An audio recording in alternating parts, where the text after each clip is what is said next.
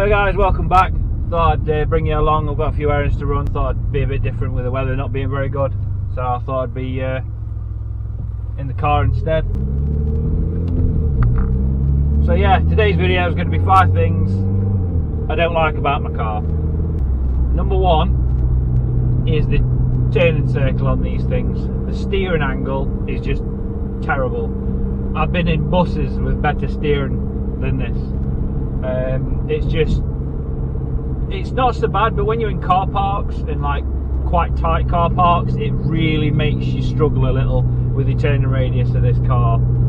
I know it's wide wheels and everything else, and that doesn't help and stuff like that, but coming from a kind of a rally background, you'd think they'd actually have pretty decent steering angle on them, with them usually being sideways and all. So yeah, steering angle, I don't know how many degrees exactly, but I know it's not many, and I know it's caught me out a few times where when I first got it, when I've had to stop and reverse because someone's not quite given me enough room and I've like not judged it very well. So number 2, I would say, is the rear lights. I know I'm a bit picky with them, and it's down to personal preference rather than actual everyone in general. But yeah, I don't know, they just don't seem that they quite fit, considering the age of the car as well. I just don't think they fit to the actual rear of the car. Yeah, so I am looking to change them myself, and I know a lot of EVO guys have changed them, and Lancer guys have changed them, because they are generally the same light pretty much. But yeah, just the way it bulks out and it squares out from the boot, and just in general they just don't quite fit. They don't kind of fit to the contours, which I don't like, but I am thinking about changing them.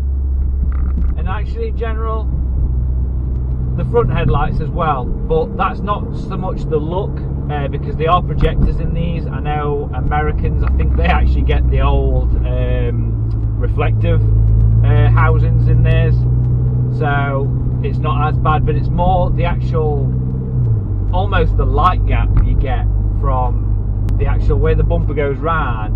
Normally you get quite a snug fit with lights with most cars, but for some reason it was almost like an afterthought on how they were going to like kind of flush out the bumper and everything towards the headlights, and then at the top corners they've just literally not bothered at all, and like all the dust and everything comes through, so literally you clean under your bonnet, within a couple of days under your bonnet's absolutely minging again. And yeah, so kind of front lights as well, but for a bit of a different reason. Number 3, the technology. For the year of the car, this is a 2010, even though they were all mainly produced in 2008 until you get further on down the years.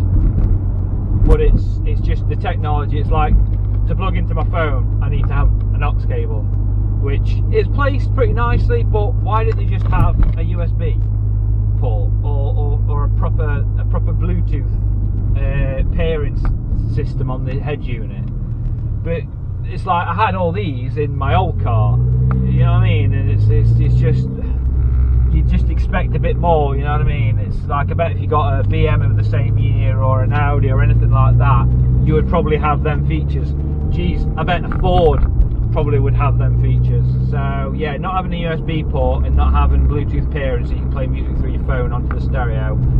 Bearing in mind, I've got the Rockford Fosgate package in this car as well, and it's still not to have it. Yes, it's got a nice sub, the speakers are a lot better than the standard, but it's still, they could have just done so much more for so much, only like a little bit extra. And I'm sure having a decent features like that, I'm sure people wouldn't have minded. Number 4, I would say, is the boot space. With it being a 5-door, a lot of people have got these, or kind of your enthusiasts that have got a family. I myself is single, so I'm not too bad, but I still have got to the point where I've not been able to fit what I wanted in the boot. With the Lancer Rally Arts, not so bad, because they actual rear seats fold down, where these rear seats don't fall down, so anything longer than maybe a metre you can't fit in, unless it's thin, you can fit it at a bit of an angle. So yeah, I understand they've had to put the boot, the battery in the boot because of the obviously engine bay space, and they've put the extra washer fluid for the wipers back there. But they could have neatly put them somewhere else, or because obviously where a lot of the relocation kit for the AYC pump in the corner, the opposite side to where the sub is, or even the ones that haven't got a sub, you could have probably put the washer fluid on one side and the battery on the other quite easily, and ran the wiring through and ducted through for it to be safe. So yeah, they've not really thought about it very well, because it really has hindered the boot space of these cars. And it's not a massive boot in general, but having been able to fold the seats down, or even one of the seats, and getting like a 1.5 metre, or your typical IKEA flat packs, it's like literally a bedside table is probably about the biggest box I could probably get. If I wanted anything like a chest of drawers or anything like that, I just wouldn't be able to get it in the car.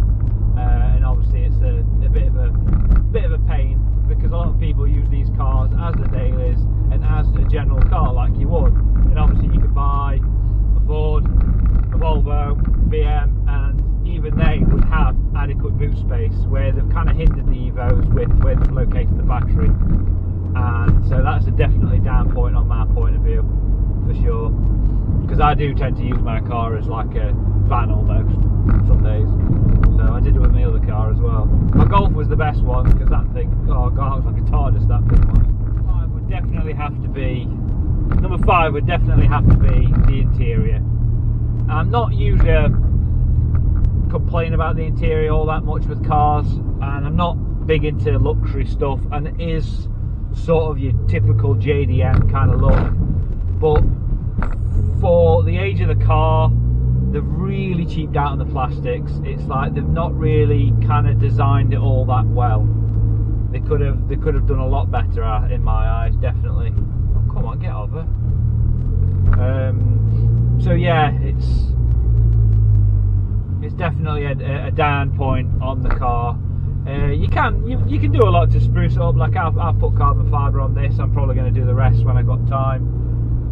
So yeah, it's not the worst I've been in. I have been in a few Golfs, the older Mark III Golf,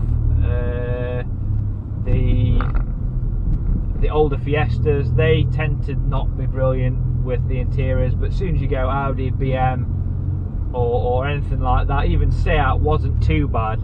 And that's, everyone says the Seat like your cheapy Audis or your cheapy Volkswagens. So it's, yeah, for it to be as bad if not worse than them is definitely a down point on my eyes. It's not. It's like what I think you get. These are like from a Yaris or something, or I think it's one of the Toyotas anyway. You get like a dash like this. So it's, yeah, and the clocks aren't. Yeah, they aren't snazzy at all. They're basic. You've got the centre computer, but it's a standard light. There's no real colour to it. It's just a one monotone colour. And I personally think they could have spent, even if it was an optional extra, you know what I mean? It's still something that I bet most of the people that have bought these new would have definitely probably gone for. So they'd have made the money from them, definitely. So that's the 5 things that I don't like about the car. I hope you like the video. Hit the like button if you like it. Catch you in the next one.